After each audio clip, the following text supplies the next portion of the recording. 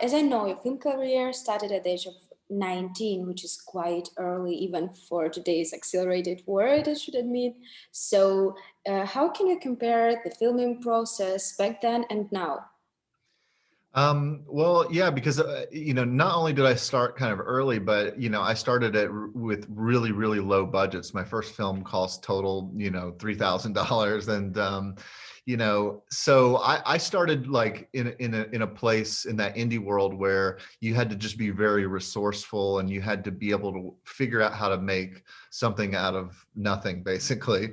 And weirdly, those kind of lessons, they still apply when you're doing a big budget film, because every movie is more ambitious than the money that you have, and so it just keeps scaling up. So if you're making a $3,000 movie, how do you make it look like it's made for $100,000? And then if you're at this size budget, how do you make it feel like it's $50 million more than you have? And to do that, you have to really think outside the box, and you have to think very kind of responsibly, like you have to really look at things and say, like, how do we get the most for our money? And, so weirdly, a lot of those indie lessons of being able to think on the, on the edge of your seat or whatever, those really come to, they still apply. Yeah. Okay. And also, as I know, during film process, during the filming, you also played music for the cast to establish a certain atmosphere on the set.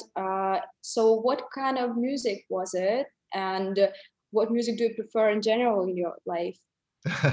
A lot of the music that I would play on set was actual music that Junkie XL, the composer for this film, he had created some pre-scores for the movie, some suites.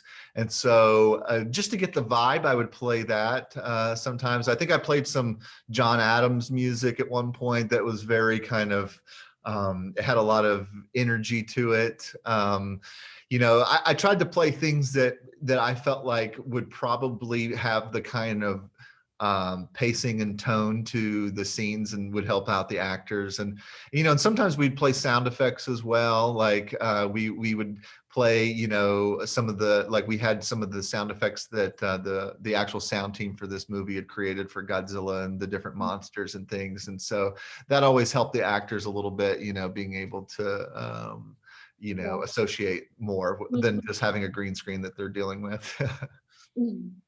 Okay, yeah, thank you. And also your directing style is often compared to directors as David Lynch or Darren Aronofsky because of these dark and mysterious scenes maybe. But you personally, who you can name as your references in film industry today, or even not today?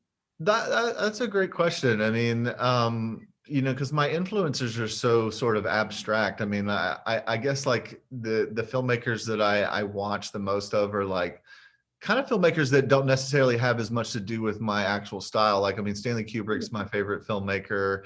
Like obviously, like you can see a lot of John Carpenter in my work, and those kind of things.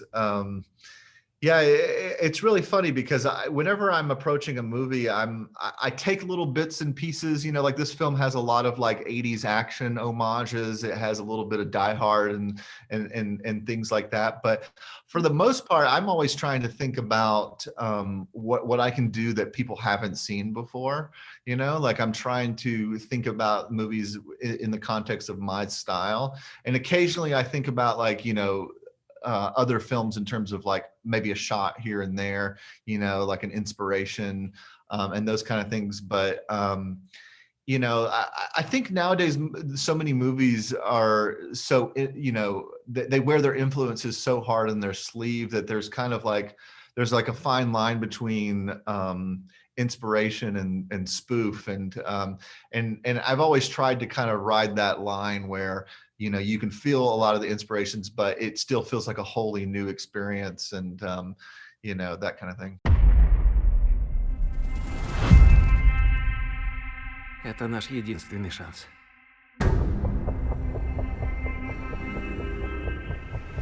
Его нельзя упустить.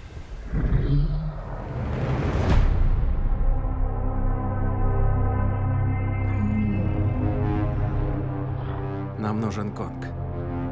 Он нужен всему миру, чтобы предотвратить угрозу. Это девочка. Он общается только с ней. Я знаю, что у них есть связь.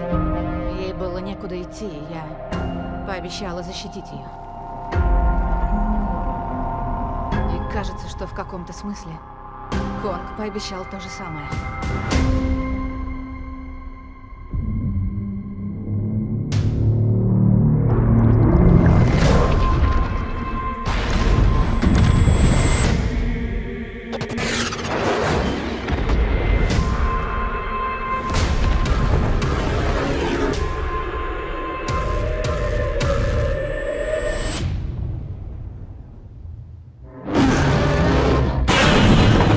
Это Годзилла.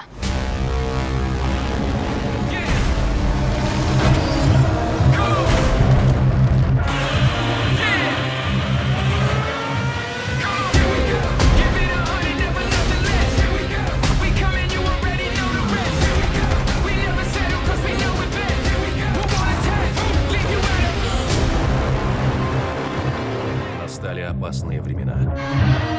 Годзилла на свободе нападает на людей, и мы не знаем почему. Его провоцирует что-то, чего мы не видим. Я тоже так считаю. Мифы правдивы. Была война. И выжили только они.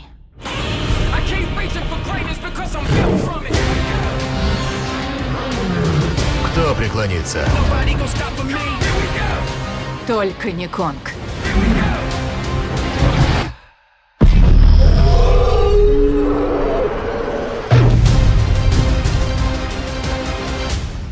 Have you already watched the film, and how, if yes, how you experienced it as a normal viewer? What was your impressions?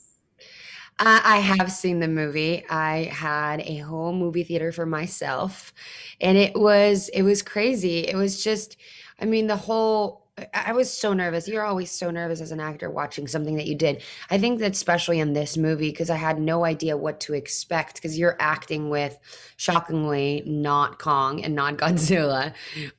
So I was a little bit, skeptical of what I was going to watch, but it was so fun, and I had so much fun, and I just reiterated my love for the movie theaters and how much I enjoy going to the movies and seeing a big movie and the whole spectacle happening. And I just really laughed and screamed, and because I was by myself too, so I was able to scream and really enjoy it.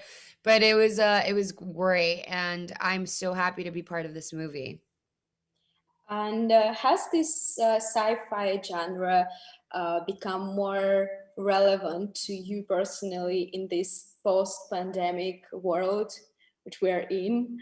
Yeah, totally. I think that more than ever in the middle of a pandemic, we were trying to just be, dreamlike and think of like the future and what will happen and are we going to become robots after the vaccine and what's going to happen, But I feel like now sci-fi has always been something that I love because it allows you as a viewer to fantasize of other possibilities. And I think that's always fascinating. I think this movie does that as well. It talks about titans and roaming around the world and how would we live in a copacetic environment with titans and how do we deal that as a society. And obviously we deal with the company Apex and technology. So I think that it's just really interesting because this movie addresses a lot of things that I think as an audience, we already ask ourselves these questions.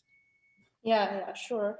And also you have a really curious character to play. She's antagonist, but at the same time, she has an actual moral choice and she has actual motivations as to help her father to save humanity as well. So it's quite contradictory. And also she's a great and strong female character as well, which is so important. So do you feel like some empathy towards your character? Do you feel that maybe you're a little bit alike with her, with Maya? Yeah, totally. I do think that Maya feels not necessarily like a stereotype in that sense, or at least I felt like it, just because she has a goal, and she's a driven woman, and she's going, and she, you know, she's taking business at hand with her father. And I think she feels very proud of doing something like that for her dad. And she really wants to live up to the expectation of a father. So we have like this like daughter-father relationship that is sort of like trying to appease to him. And then we have the whole sense of like, she's just driven. And I think she has a harsh way of delivering things, but she's also super smart. And I think she gets annoyed because she's really smart and she doesn't believe in this so much. She's more of a technology. And I look at her like more of a Gen Z, you know, she looks like she really relies so much on technology. And I think that that's a smart thing to do too, because that's something where we're sitting at as humankind, you know, we're sort of in the brink of technology meets man, but we're mixing it with Titans. So I did think that her character was not necessarily an antagonist. She's just like going for what she wants to do. And she probably doesn't have the best interest at heart in certain areas, but her interest is real and she really wants to help humanity. Yeah, that's true. And do you feel it's important to feel this empathy towards a character to play better, actually? Yeah, you can never judge your character, no matter what the choice they're making. I mean, as an actor, you have to be able to understand that whatever reason it is, that person would do it. And you have to be respectful about that as an actor. And it allows you to really enjoy it, because that's part of make-believe, is like enjoying these parts of like maybe a little bit darker of your personality that you don't necessarily align with, but it's not you, it's Maya. Yeah, okay, that's it. Thank you very much. It was nice Thank you.